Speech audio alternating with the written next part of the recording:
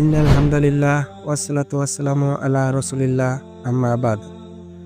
সোমালিয়ার মুজাহিদদের বিরুদ্ধে যুদ্ধ করার জন্য মুনাফিক এরদোগান যুদ্ধ বিমান পাঠিয়েছে সোমালিয়ায়। সাম্প্রতিক সময়ে খবর এসেছে, সোমালিয়া মুজাহিদদের এই করুণ পরিস্থিতিতে তাদের বিরুদ্ধে যুদ্ধের জন্য বিমান পাঠিয়েছে তুরস্ক।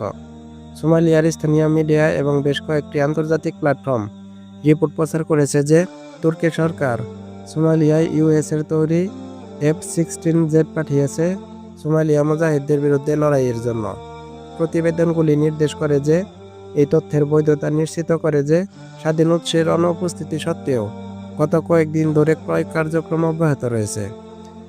এই বিমানের আগমন এমন এক সময়ে এসেছে যখন ওয়ারশিক শহরে আন্দোলন দ্বারা একটি আক্রমণ প্রত্যক্ষ করেছিল সোমালিয়া মুজাহিদ ভাইয়েরা। তুরস্ক শহরে দীর্ঘপাল্লার ব্যালিস্টিক মিসাইল এবং উপগ্রহের জন্য একটি উন্নত বেস নির্মাণের পরিকল্পনা করেছিল। সূত্রগুলি জানিয়েছে যে সাম্প্রতিক মুজাহিদদের বিরুদ্ধে দিনে আন্দোলন এবং সরকারি বাহিনীর মধ্যে সংঘর্ষে তুর্কি বাহিনীর সরাসরি অংশগ্রহণ দেখা গেছে। সোমালিয়ার ফেডারেল সরকারি বাহিনীকে সামরিক সহায়তা প্রদান করা হয়েছে। ইতিমধ্যে সোমালিয়ার এক মসজিদে দিনী সমাবেশ চলাকালীন তুর্কি বিমান হামলা চালিয়েছে। এতে করে বয়োজ্যেষ্ঠ 8 জন আলেম শহীদ হয়েছে এবং নারী শিশু সহ 11 জন আহত হয়েছে। এরদোগান সোমালিয়ার পুতুল সরকারকে যুদ্ধ বিমান দিয়েছে। এটা সেই বিমানের কারিশমা।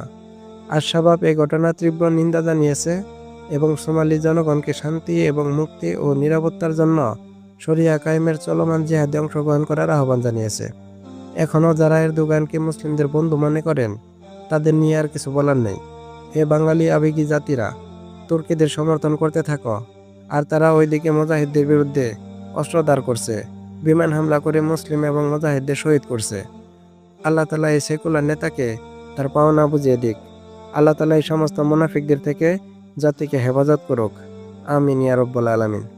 প্রিয় বন্ধুরা, আপনারা ভিডিওতে দয়া করে একটি লাইক দিবেন, কমেন্ট করবেন এবং শেয়ার করে অন্য দিনী ভাইদেরকে দেখার সুযোগ করে দিন।